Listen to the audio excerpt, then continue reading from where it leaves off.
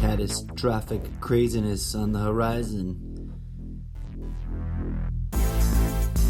Welcome to Election Madness 2020, a special segment of the almost daily Zencast, home of Good Morning Trumptopia, the origin of the term Trumptopia. I'm your humble, ever slightly irreverent sounding host, the incorrigible Mr. Zeppo.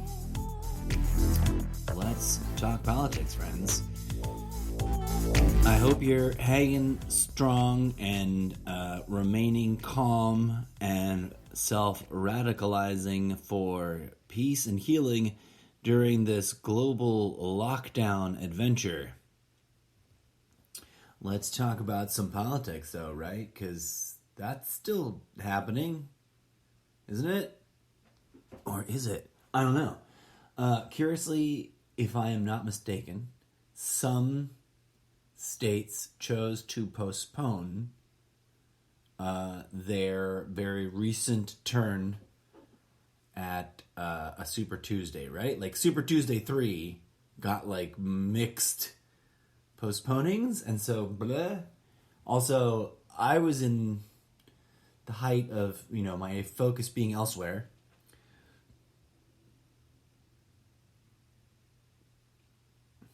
And I've admittedly not been tracking it as tightly as I have had in the past. But thanks to the magic of the interwebs, you too can now, along with me as you listen, or whenever you want, type in primary election and get this handy-dandy recap widget. Does it expand this way too? Or it scrolls? Oh, I didn't want it to scroll. Okay, which I believe is sourced by the Associated Press and presented to you because patriotism. Thank you, Google. Right, so the 2020 United States presidential primary election results live tracker on your basic Google search results page. If you type in primary election, I strongly encourage you to do this on your own so you know that I'm not making things up. And also, don't nobody sue me, right? This is edutainment and I'm not trying to infringe. I'm surprised, although not surprised, to see that it has indeed already completely been boiled down to just the two really old white guys. Truly, if we could pause right there and slice America apart a little in that loving, self-lampooning, self-critiquing for the betterment of self kind of way. And maybe some might say I shouldn't. I'm not allowed because I can't vote in this country. I'm a robot from the future. But I mean I mean this from like human species perspective. Like as a species, we can't even get the this one thing right, and that's like really step up to the calling in any nation. Right? As I'm a citizen of the world, I look around the planet and I see that this is a moment of wow, is this the best we can do in terms of stepping up and stepping into an uplifting, transformative, transformational, and theoretically dare to throw at you guys to consider, at the world, at the realm of public discourse, transcendental. And I don't mean the trademark, mildly infamous, for not the great kind of reasons, TM brand of meditation technique, but rather the actual organic sense of the term, in that, like, what it points to in reality, right? Like, if there is such a thing, why aren't we pursuing it? Giant, enormous question marks. I digress. That's not what this episode's about. This episode's about is like, what is going to happen to the election? Is it about to go off the rails? From my general passive aggressive, sampling of news media, it sounds as though Joe Biden is being preemptively, presumptively presumed the winning, soon to be announced, but presumed ahead of time to be now firmly in place to very most likely get the nomination, to be the winning nominee. With Sanders already being asked, what he's willing to do to facilitate and assist and or support Joe Biden's fight against Donald Trump. To which, if memory serves, because I don't have notes in front of me, I honestly don't. I'm just looking at the one thing, and I see Joe Biden's face and Bernie Sanders' face, and the numbers, right? But recently, Bernie Sanders was asked something to the effect of like, what are you gonna do to help Joe Biden, basically, now that it's clear that you probably can't win enough delegates to contest or defeat him for the nomination. And I believe he responded quite comically, like he shooed the person away, like I'm busy trying to fight off a global disaster or something. And he's talking about, I think if I understood the sound bite I heard as I was flipping channels, mind you, he was basically referring to like that in the moment right now, this onset of COVID-19, because, and I say onset for a particular reason, because of its like potentially huge impact, which we've not quite yet seen. And I'm a cynic in all directions, right? I'm not here to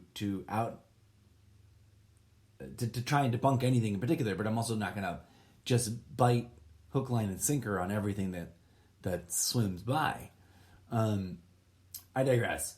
Sanders is being quirkily interesting in terms of, if I understood correctly, his focus is really not so much on the election right now.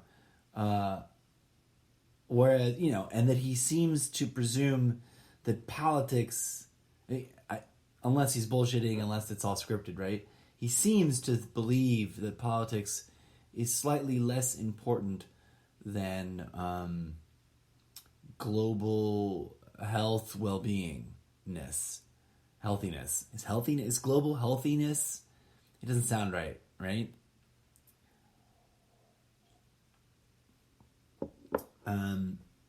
I digress, though. To give the official update for anyone listening along who may be too lazy to go type primary election into Google for themselves, or just can't for whatever reason. No offense, not judging. I'm just saying, making myself laugh. Out of 1,991 delegates needed to be selected as the nominee, Joe Biden currently has 1,215, and Bernie Sanders, despite all his valiant efforts, only has 910. Now, only a really deep, probative investigation into each caucus, each primary, state by state, week by week, delegate by delegate, could we argue, okay, that was a clean and totally fair election? Otherwise, it's an assumption, right? Now, why do I say that? Oh, gee, I don't know. History repeating itself. Although it may not need to.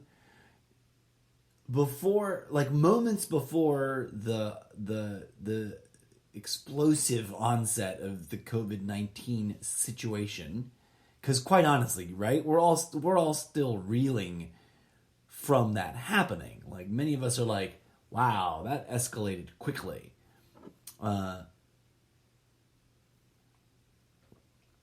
Memory serves correctly, just moments before all of that, Bernie was making commitments to continue right on through to the end of the primary process to the convention, because he really genuinely, authentically, sticking to his guns, calling it like it is, believes he's the right person.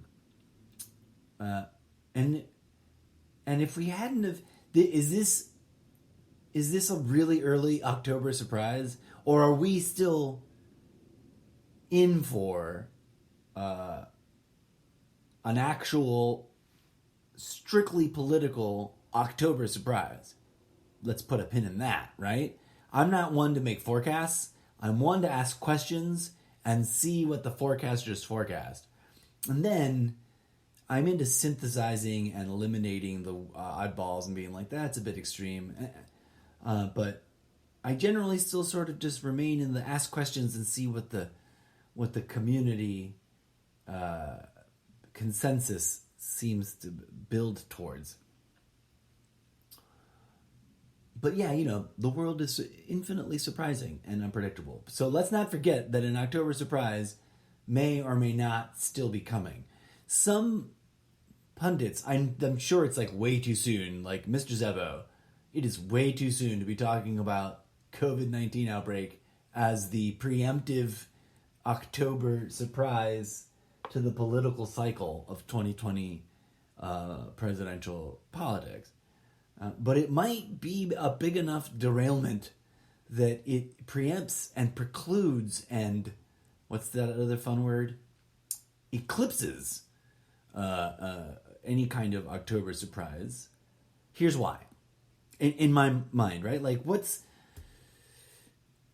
one must ask oneself, if I may spiral here for a hot second, what is the most plausible, likely thing to happen? Now, the problem with the internet is that if you go on your favorite social media site, people are spouting off extreme, worst case scenario filtered through an us versus them disinformation echo chamber, like tribalism paralysis problem, like that's permanently there. Like most people, no offense, I had to struggle with this. I still wanted to believe in one of the teams. It took me a really long time to be like, oh no, none of the teams. It's none of the teams. Only because the moment a thing becomes an ideology, like it gets co-opted and incepted and corrupted, right? We have to get at that heart of the sickness, which is not any of the ideologies themselves, but rather the spiritual disease and trauma and corruption that have developed in the spiritual dimension. Dare I say it out loud for everyone who... spoiler alert, this guy's a kook and thinks that spirit intersects with politics.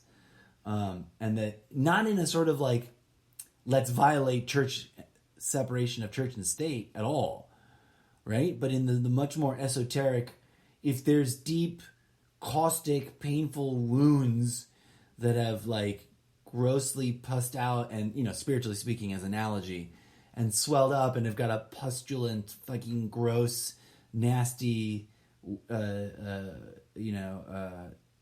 thing that's scarring over. What do you call that? An open wound, sore. That, like, if there's trauma in the spirit body of the species, then yeah, it's going to express itself in the actions and behaviors and personality archetypes of the species. I digress, though. For many, that's an extreme and or too radical viewpoint to even take seriously. But if we're going to, in my humble opinion, be stuck on global lockdown, why not entertain such radical, esoteric, spiritual notions?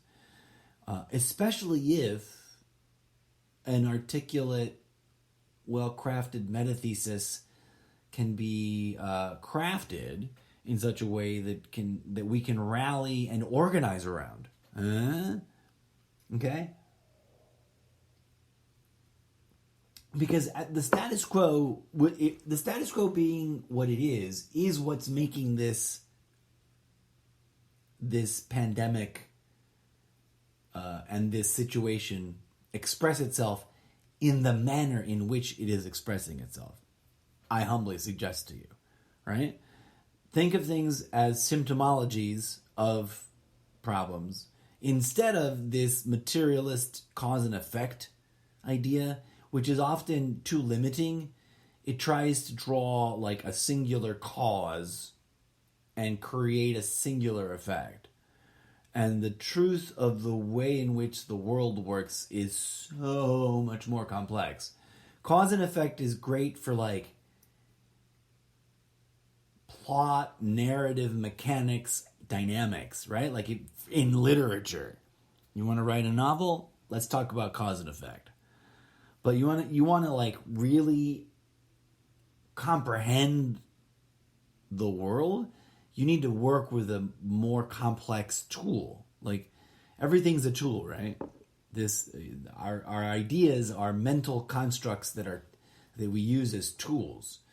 And if we use a really blunt and poorly crafted idea tool, then we'll generate blunt and poorly crafted ideas.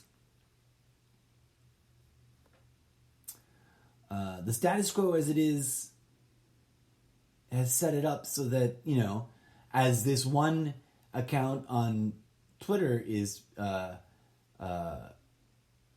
getting lots of attention for having tweeted, and that I have retweeted for, in solidarity and agreement. And I couldn't have said this better, but I talk about this kind of stuff, right? In coming at it from my own direction, right?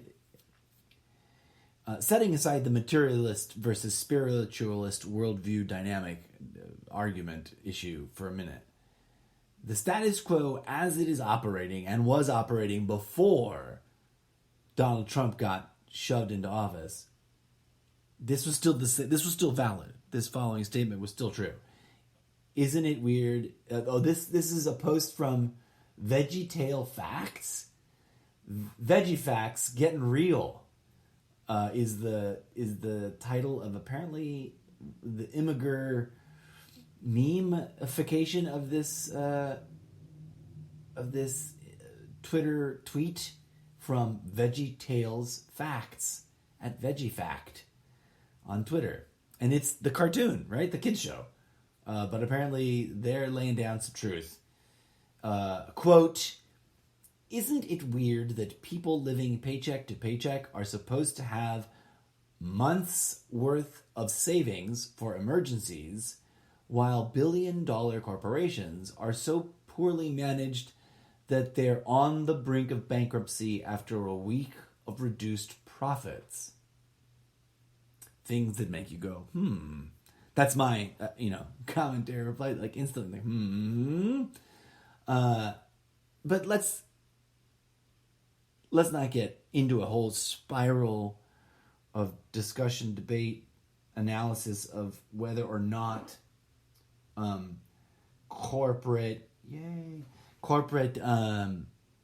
capitalism is good or bad, right? Oh, by the way, in the previous segment, I want to add this commentary now, about the previous / next segment, depending on which way you're thinking about the show. The one in which I discuss did I already close it, or did I leave it hanging out? There it is. Is it? Maybe. Yes. Where I was discussing the article I came across and read, but didn't read at you, that you all should go read in Science News, about Folding at Home, which is a supercomputer that uses virtual supercomputing by networking various volunteer computers using the civilian internet. So, Pros might save the world, right? If it really tackles problems with incredible lightning speed, and that one of the things that they literally state in the article is that the more people volunteer, the faster they can render these models and find what they're looking for. So they're rendering models of COVID, right? Not to drag this back in. My point in bringing it back up is that when I reference this and I stipulated my like upside might save the world, downside might be a nefarious plan to take over and hijack all our computers and invade our privacy, and or what spawns AI. The evil, it's going to try to take over the world AI that decides that we're a cur and a cancer on the planet, and that it will manage the ecosystem better than we ever have. So I didn't mean to accuse or in any way, shape, or form malign this effort at Folding at Home. Like I said in the episode, I invite you all to go read the article yourselves. I just took two widely diverse extremes of how one could,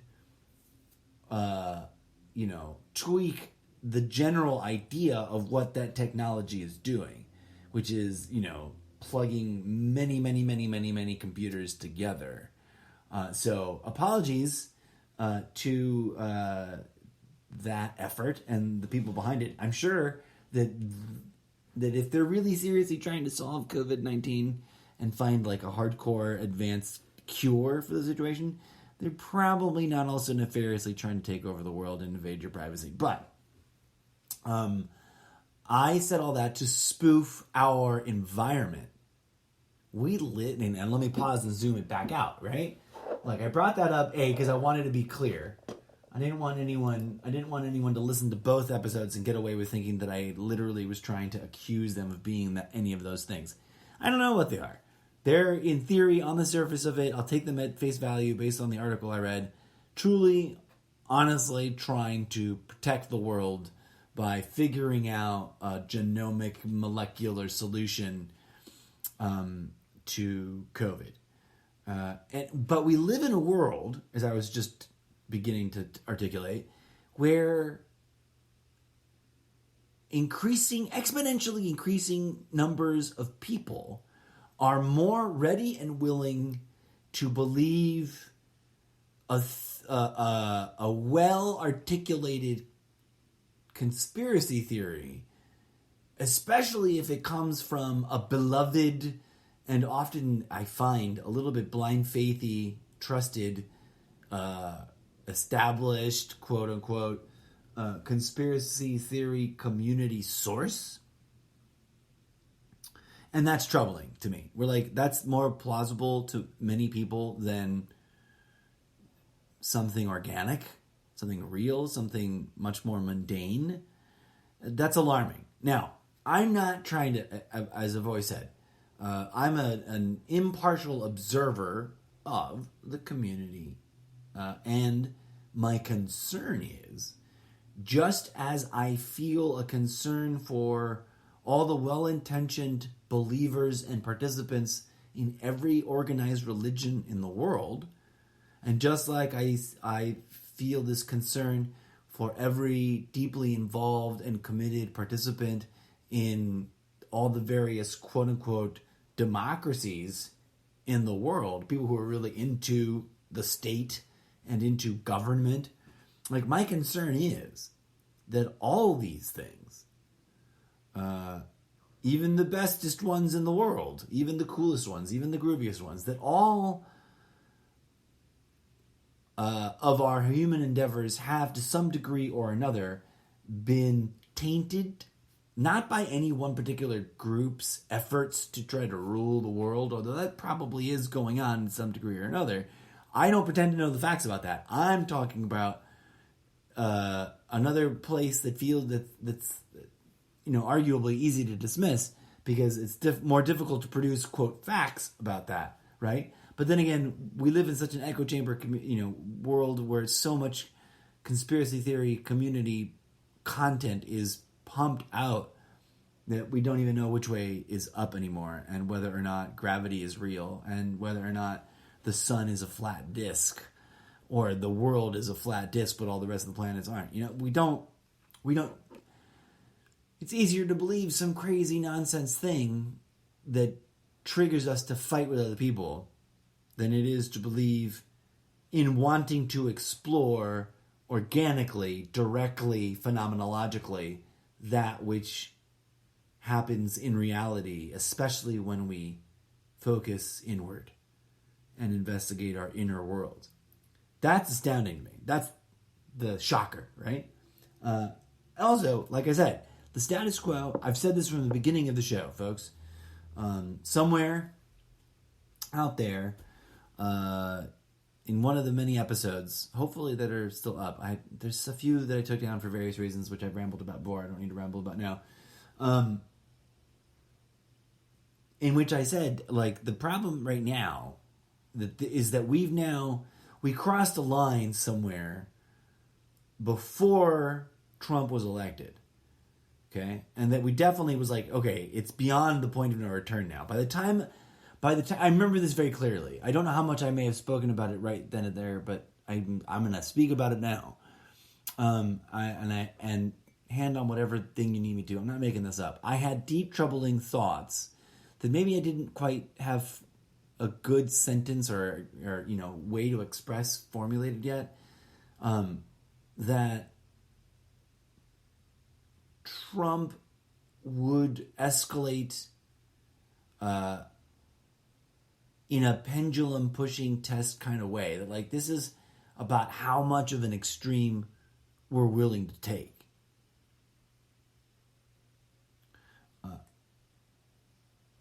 Well, I'm looking where we are now. We're definitely, very curiously, despite all the anti-vaxxer movement going on, despite the fact that we all suspected Trump was an anti-vaxxer too, even though he has repeatedly encouraged people to get their flu shot. And he also curiously, not super often, but at the beginning of this COVID-19 thing, was talking about get your flu shot, just in case. He threw that line out a couple times at one event that I saw in the early days of the COVID-19 epoch, the beginning of the great COVID-19 2020 episode.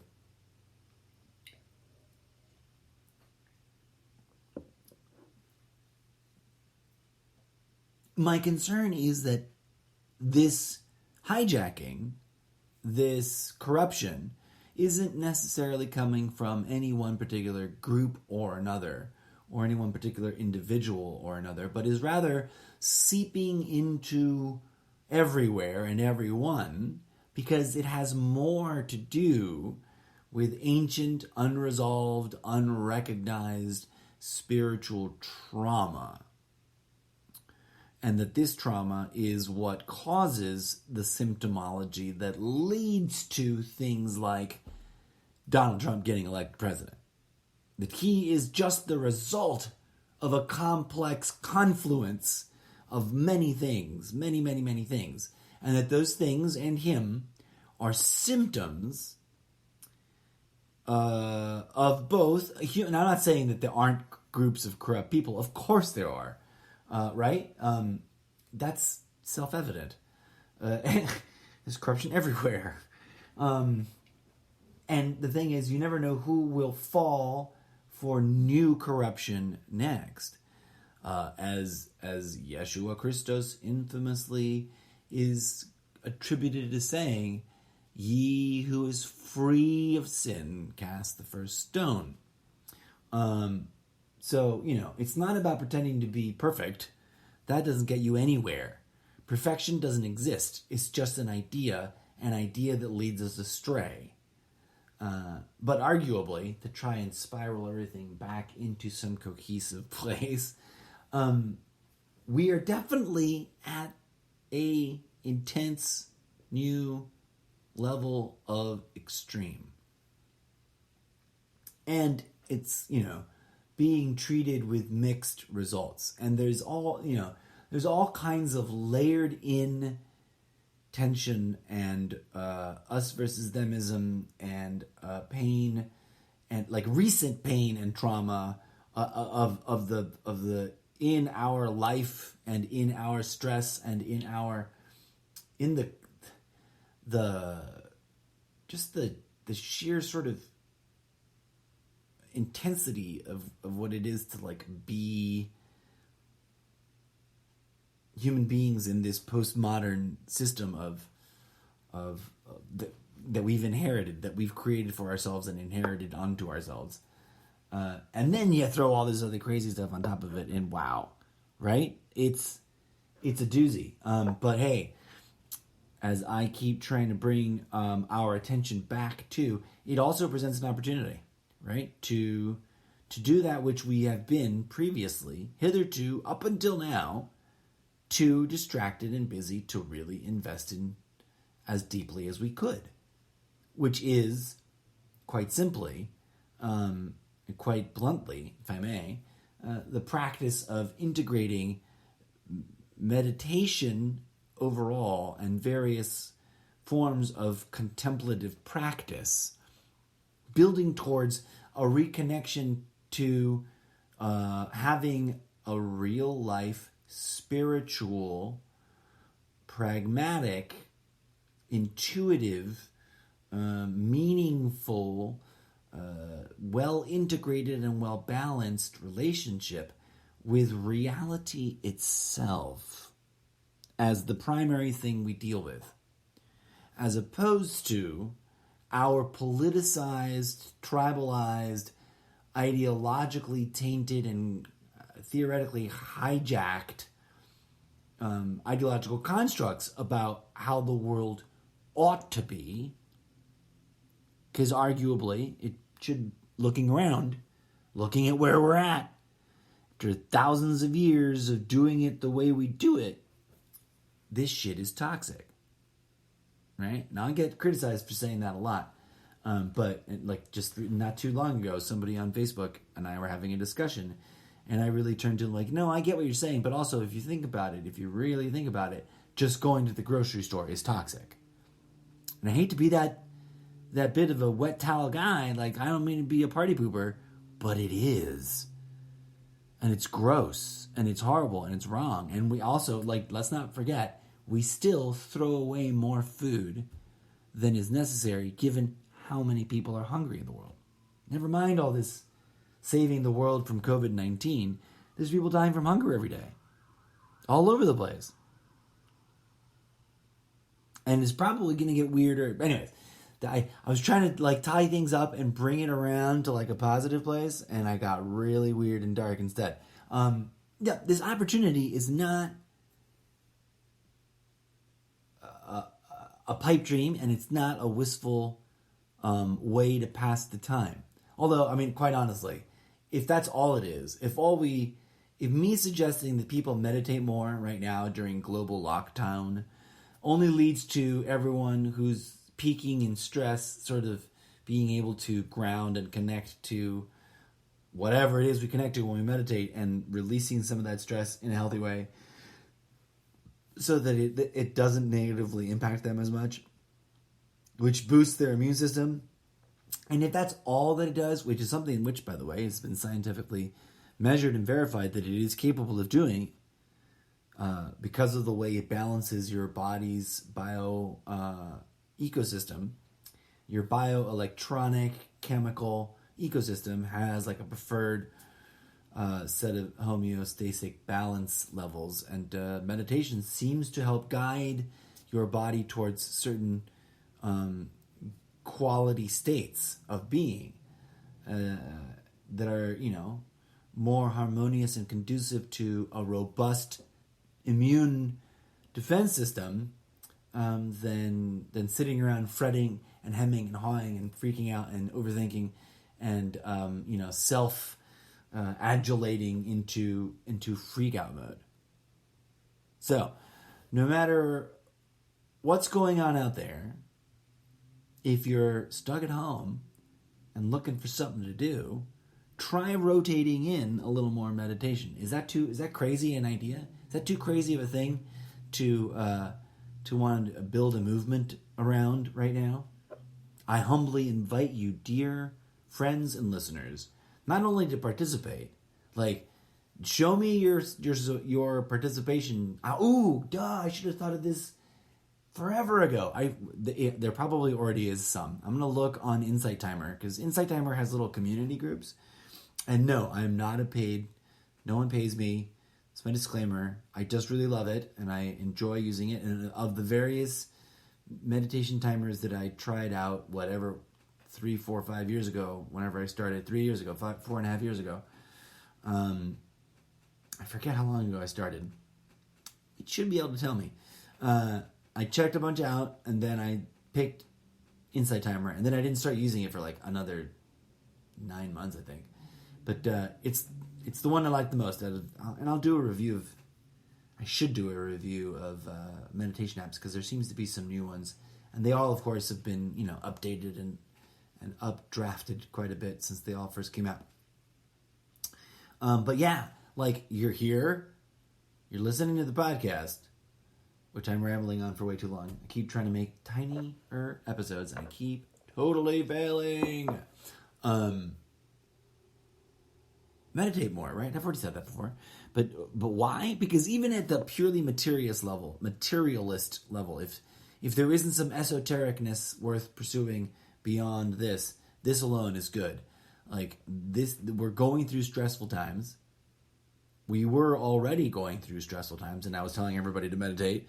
Now we're really going through stressful times, and you're stuck at home, which you'd think could be relaxing, but it's not because you're stuck at home against your will, and you can't just go to the pretty things that are chill and relaxing that you could just, go to. At least you're not supposed to now.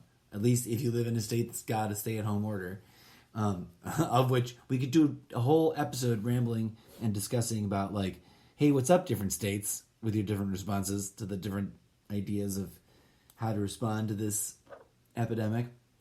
But we're going to put a pin in it for now, because literally I'm trying my darndest to not let the episodes turn into something that's more than an hour long, because I think more people will actually engage and listen if I keep them a little bit tighter and a little bit snappier. So, to that end, we'll just put a pin in all the ideas I was starting to have right then, which is we do need to have a deeper talk and revisit the idea about how it is that so many people are dismissing this thing as an actual hoax. And then there's the counter weird, like, Trump support base that's like, it's not that he thought the virus itself was a hoax. It's just that he was saying that the media was exaggerating and exacerbating, but which is a weird nuanced thing. Walk back, bend over backwards to make previous statements seem to make sense, kind of thing for the Trump base to do. But they are. But there's also, here's the salient point I want to get to and leave it there. Amongst the Trump base, I've seen expressions of people perpetuating the idea that it is indeed completely fake. Like, there's no one dying. Level fake. There's just crisis actors in the hospital. And frankly, to me, as I've explained before in the show, and I'll probably stumble into explaining again, for various reasons, I find that level of extremity, we're already in an extreme place where extreme things appear to be happening. And then to have that level of an extremely difficult or challenging to believe thesis, that it's all a black flag operation that's level fake, because they apparently sometimes distinguish black flag operations as totally fake, partially fake, and only just sort of like instigated, not organically caused fake. You know what I mean?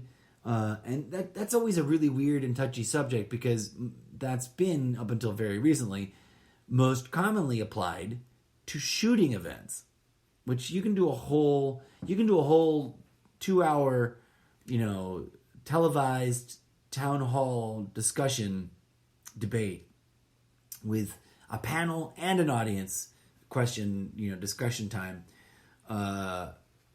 if you organize the discussion time segments and how everyone gets introed and outroed about that, because it's a huge issue. Sorry to go on. But let's not jump off that diving board now, because I'm literally just rambling on forever. As always, friends, thank you for tuning in. Sorry for rambling. This is the incorrigible Mr. Zeppo, bringing you weird, bizarre questions about what's going on in the world for your curiosity and entertainment purposes. And hopefully, as I get better at with more and more focused practice, which is the overall goal of this thing as an experiment, hopefully this show will morph and evolve into something more interesting and cooler. But still, I humbly thank you all for your support and your continued listening. And if you're new, I humbly invite you to drop in and check out various different episodes. And, enjoy, comment, like, follow, etc., etc., etc. Until next time, I've been your eccentric and slightly sleep-deprived host, the incorrigible Mr. Zeppo.